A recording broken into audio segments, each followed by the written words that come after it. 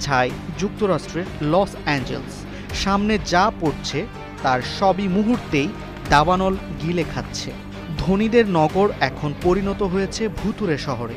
বিলাসী জীবন চাপা পড়েছে ধ্বংসস্তূপ আর ছাই। অনেককেই নিরাশ্রয় হয়ে নামতে হচ্ছে রাস্তায়।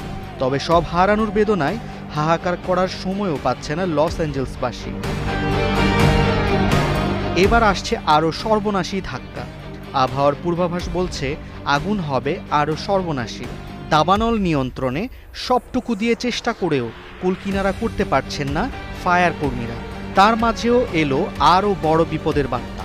আবহাওয়া বিশেষজ্ঞরা এবার জানালেন, এবার দাবানল দুর্গত এলাকায় আঘাত হানতে পারে আগুনে টর্নেডো।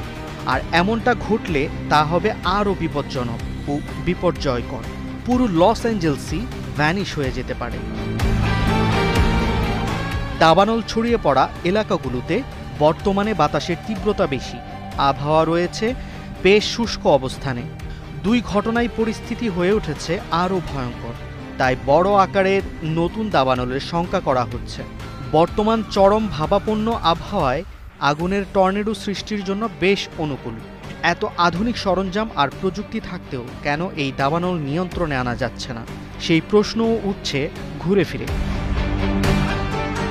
বিশেষজ্ঞরা বলছেন, দাবানল এমন ভয়ঙ্কর হয়ে ওঠার পেছনে জলবায়ু পরিবর্তনকেও কারণ হিসেবে বিবেচনা করা হচ্ছে।